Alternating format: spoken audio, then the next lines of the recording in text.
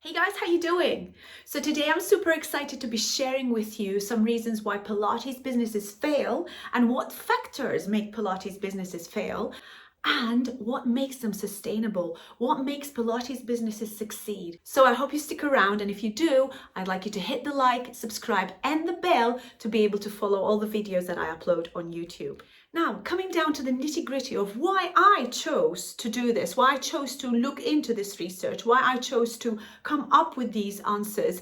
Well, I was 16 years old when I had my first business. I had my little secretarial business for my next door neighbor who used to have a restaurant, and I would do all his secretarial work for him. Moving on from that, I went on to buying my own printing businesses, moving on to a multitude of other businesses, including Pilates and the wellness industry. So I've had some successes, but yes, I've also had some failures. And through that, I've done lots and lots of research to be able to determine which factors make businesses fail, particularly the wellness businesses, the Pilates businesses fail, and then which factors are going to help these businesses become sustainable and successful. So let's look at the factors that make a Pilates business fail. So the first thing is the lack of customer focus and market awareness. So you really want to be everything to everybody. You haven't found your niche. In this case, you're not going to build a sustainable business. Here, you really need to focus on who you're going to serve, how you're going to serve them, and how you're going to grow your business. Second is variable market conditions. So you could be running through perhaps a financial crisis within your country or within your area, or maybe as we are running through, as we're experiencing right now, you've got a pandemic, COVID situation that is not really helping any business to become sustainable, especially in our day and age where we are moving from the brick and mortar business to a more online community or more online business. But even if you decided to open up an online business, teaching Pilates classes or yoga classes or any wellness classes online, how are you going to find your market? The competition is so much fiercer. How are you going to do that? So the first factor, not finding your market. Second factor, not really knowing how the market conditions are going to be affecting your business, really have an impact on whether or not your business can remain sustainable. The third factor is offering your business, offering your service at the wrong time, wrong timing. And this is a very, very important timing. Say, for example, you've decided to open up a hot Pilates, bar classes, and, high intensity Pilates sessions in a little quaint, very quiet village with a bunch of retired people. This isn't going to be affecting the right people. You are in the wrong period. You've got the wrong clients. You're in the wrong timing. So these guys are not going to be willing to take your service. Likewise, if you have entered the business, the Pilates business, when you just want to have a piece of the pie because so many other Pilates teachers are out there and you just want to become a copycat of someone who's already out there giving this service, this isn't going to work. It will not be sustainable. You have not found your niche. You are not there to give your service to the community. So these three factors are super important. You have to make sure that you find the right timing, giving the right service to the right people at the right time. Next one is premature expansion.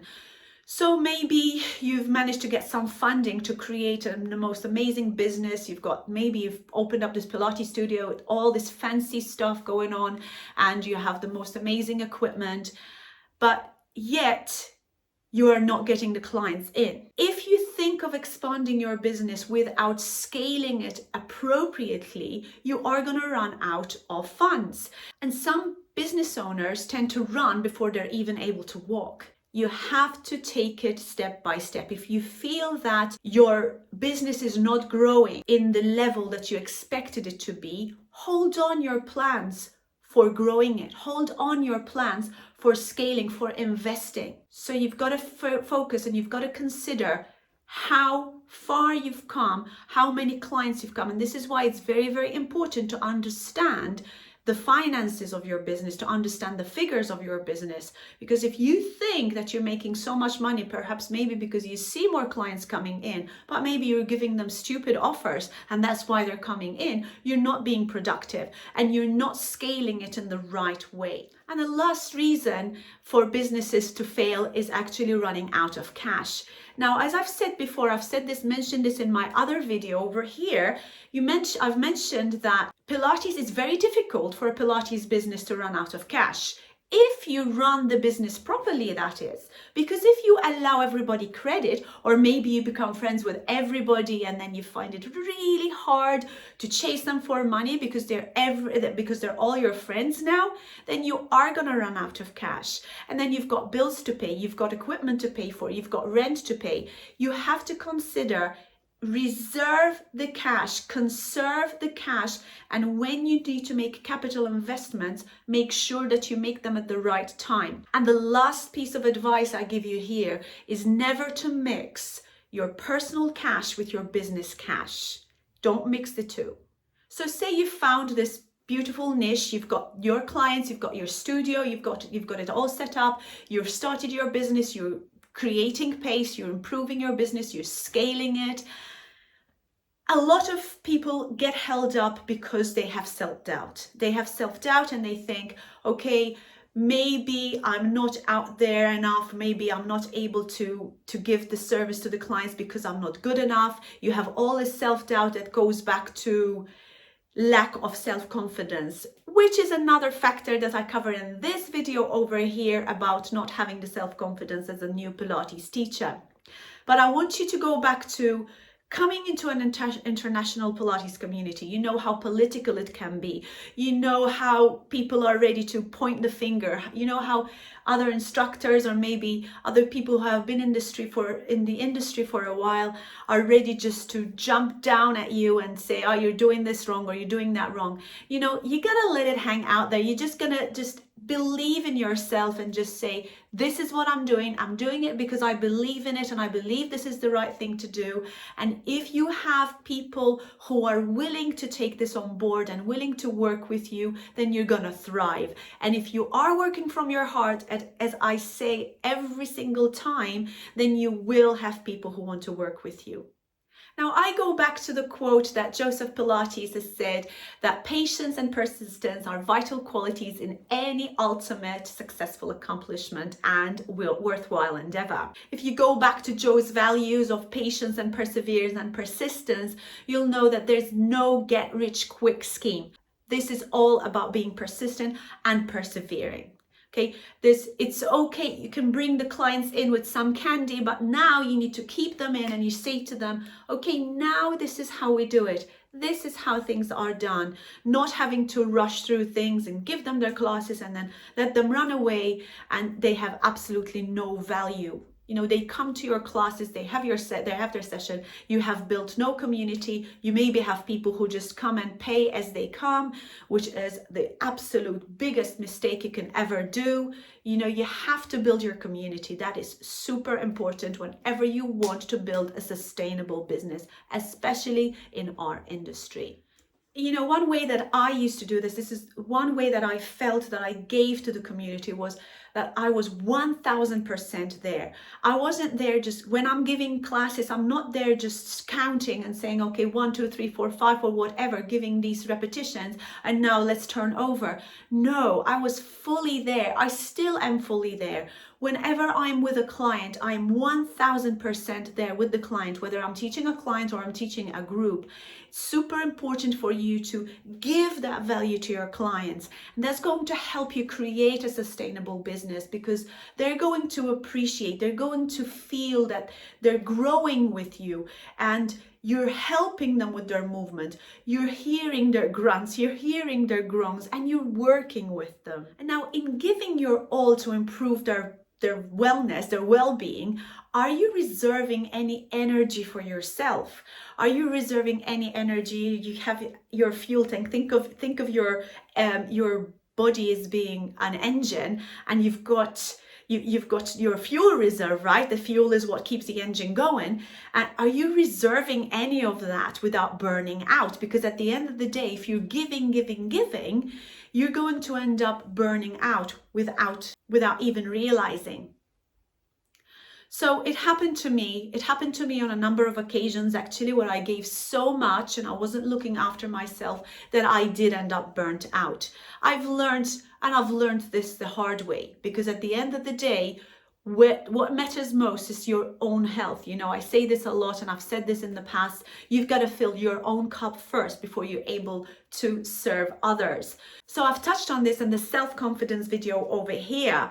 And you know that you have to fill in your tank with nutrition, with sleep, with the right diet, and being around the right people, being present by scheduling your own time out for you. So you've got to carve out time for you, for your own practice, for your own well-being. Because if you end up teaching 8 hours a day, 6 or 7 days a week, you're just going to get burnt out in no time, absolutely no time. You know, one way of creating this time out for you and carving this time out for you is being in a community with other Pilates teachers and speaking with other people who are in the same boat as you, being in a respectable and loving community and nourishing community where other people who are going through the same experiences are sharing the same things as you are, and you're finding new inspirations and talking to these teachers and maybe talking about your clients, of course keeping it all on a professional level,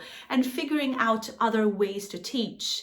You know, you can also set up like a holy hour within the week where you go through things like new techniques, learning new principles, learning new techniques, learning about specific pathologies with clients. Perhaps you can have a chat group and you can talk with other Pilates teachers and your work colleagues, or even the Pilates the people who are in the Pilates group. If you are within a social media group like Facebook has lots of communities right now, you are there together in a harmonious environment where you can communicate together and discussing things like this.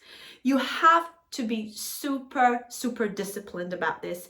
Keep this hour very, very tight, and you know that it is strictly your holy hour, that you know you have to work on your technique and your own ability, because you can easily get sidetracked to doing maybe something that you might think is a little bit more important, that has a little bit more priority, maybe doing some admin, maybe raising some sales invoices, which are also important, but you have to really set this time aside so you know that you're focusing on you and refueling yourself. And one other super important thing is taking up other education. So you got to have about 3 to 4 workshops every year to increase your knowledge as a teacher and to be a student. You've got to put yourself in your client's shoes, and that's the only way to be able to be of service and of value to your community. By being a student yourself, you're able to transfer what you've learned to the members of your team and to your clients. So summing all these up, you've got to fill your reserves by doing these 3 important things. The first one is setting a schedule which will give you time for yourself and give you time for your family. Number 2 would be having the accountability for other people. So, you know, being part of this community, being part of a group and showing up to this group, showing up to have this time together and to be able to communicate is very, very important. Just like you're showing up for watching this video, to watch this video, because this is your learning curve. This is another extra point in your Pilates career that you need to evolve in. So showing up, being accountable is super important for your progress as a Pilates teacher and as a Pilates business owner. And number 3 would be prioritizing to know that you have to get the value of being a client. But it's very hard for us to give ourselves the time to learn and to be a student again. We don't understand how important that is for us and how important it is for us when we are translating it to our own clients. Now, how do we create a sustainable Pilates business? How do we create a business that's going to be here for the long term? So one piece of advice that I would give you, and this advice comes from personal experience, And that would be one huge important thing, to set boundaries, and setting boundaries with your clients and with your staff. So when I first opened my Pilates business, my first Pilates business 13 years ago, over 13 years ago, I tried to have this boundary. I tried to have this break between clients and myself, and then later on staff and myself. But being an empath, and I'm sure that many of you are with me here and you're in the same boat, because we are such big empaths, we tend to allow these boundaries and these borders to break. And then, of course, you're going to start dropping boundaries and you're going to start getting stung. So like many of you, I'm sure that many of you have also got stung. You're going to understand that working with some amazing people, you will be able to build relationships, but keep those boundaries there, and keep those boundaries clear, because in the long term, they really are going to serve you. And value your time, and don't pretend that everybody is going to be as passionate about what you do as you are. Okay, it's never too late to build your boundaries, even if you've had your business for a few years now, but you're starting to realize that, hang on, these boundaries that I haven't got, or maybe these boundaries that I've started to let go of, are not being of service to me. I'm creating problems for myself because I'm allowing others to come into my core, my center, my area of value. Then you have to start building these boundaries again, and it's never too late to do that. Of course, it's so much easier to build the boundaries right from the start and to have those boundaries across the board, whether it's with your clients and whether it is with your staff. So you see, how do you deal with collecting payment with someone that you get super intimate with, when the relationship with a client that comes 3 times a week, and then you're feeling super guilty about asking them to pay you, right? It's a very hard line to cross when you've built this relationship, but many clients make the most out of you, and they are very good negotiators, and they're great business people. So they're going to use those skills against you when they're coming to pay you. Maybe they're discussing payment terms with you, or maybe they're arguing the 24-hour or whatever cancellation policy that you might have. And you being the empath, you being the most loving Pilates teacher, now having to be the business owner, now having to create those boundaries, as I've mentioned, it's going to be hard, because you're dealing with someone who knows how to negotiate. So this is very important. This is why the boundary set up right from the start would be very important. Now, I also know some people who pretend that they have this horrible business partner. So whenever they're collecting payment, they'll say, oh God, I would allow you to take those 24 hours, cancellation fee. I would allow you to just let it go. Or, yeah, you can hang on another month to pay me. I understand. But my business partner doesn't allow me, so I'm sorry, he's really strict, so I'm sorry that I have to pay, because he's really super strict and I'm gonna have to go by what he says. Yeah, I guess you can come up with some kind of excuse like that, but at the end of the day, this isn't being honest with your client, is it? This is purely you're having to stick to your ground, because this is your policy and you have to stick to your policy. And I understand, and I've been there before. I have been there many, many times before. I understand that it is very hard when you've built this relationship to come to talk and discuss challenging things like this. But you have to create these policies, you have to create these rules so that everyone is on the same page right from the day one. So they know right from day one, this is what they've agreed to. Okay, so it's important to create these boundaries and to keep these boundaries. So to wrap it all up, then, what would be the top tips to maintain a sustainable business and to scale it to the way that you want to? So first of all, I would say number 1 would be to choose the people you work with very, very carefully. Choose the people you work with, whether that might be your assistant at the studio, your studio manager, your accountant, your staff, your Pilates teachers, your cleaners, whoever that is. Choose your team very, very carefully. And yes, you're going to find that people are going to use you and abuse you. This is the reality of being a human being. I'm not saying that everybody's like that, but yes, maybe some people will come in and be their teachers and they'll go off and open up on their own. This is the reality of life. That's what happens. You have to still work from your heart and working with people who have the same values as you do.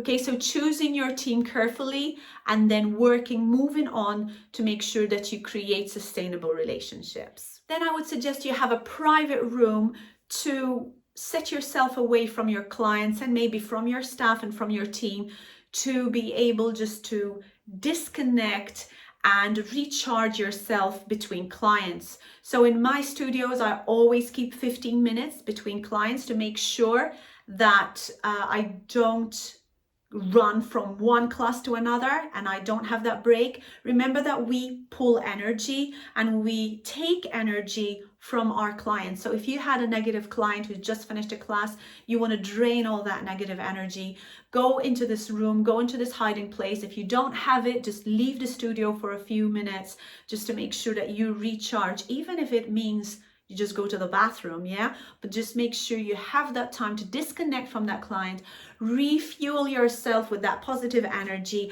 and make sure that you go on and be yet a beautiful soul and of service to your next client. Then don't have any dispensations for or special prizes or any special treatment for friends or anyone you might think, okay, I like them a little bit more, so I'm going to create a special environment for them. Because after a couple of years, when things break down, and things do break down, then it's going to be so much harder for you to break. And you should not be making any exceptions to any of your policies, including payment, including cancellations. Take this on board, because when customers start, you need to be very, very clear on what the policies are, and you have to keep everybody neutral. And finally, I want you to allow people to gain a deeper understanding of their own body. I love it when I have these moments with my clients when they take their own responsibility for using the workout as firstly an investigation into their own body, and then secondly being a physical exercise, and then you can see them grow, you can see them develop, and that is the relationship that you're building with your clients. And that also gives me this huge amount of energy, because I feel that I'm doing something right. They're actually enjoying it and they're coming back to me because they're loving it so much, and this is what I've managed to help them do. I think that startups can change the world and make it a better place. Having a sustainable startup can create endless opportunities for anyone who is persistent, patient, and can persevere with all the ups and downs of running a Pilates business. So I hope that some of these insights can maybe help you increase your success ratio and maybe help you make this world a better place. And I would really love to thank you for watching, for taking the time, for showing up, watching this video. And if you have liked this video, I'd love you to hit the like button, subscribe, and hit the bell button so that you'll be able to follow me on every video that I upload. Now, if you want to upscale your business and you want to go another level higher than the above, which you already are because you are following all these videos, but you want to maybe work more towards what your business needs, join our waiting list. We've got a waiting list for the Wellpreneur Business Revolution program. It's a custom-made program to help you scale your business, grow your business to a sustainable position and a scalable, very profitable Pilates business, but holistically and working from the heart. This is our program. Hit the link below. The link is down below our video to be able to follow through. Love you and leave you. Until next time, goodbye.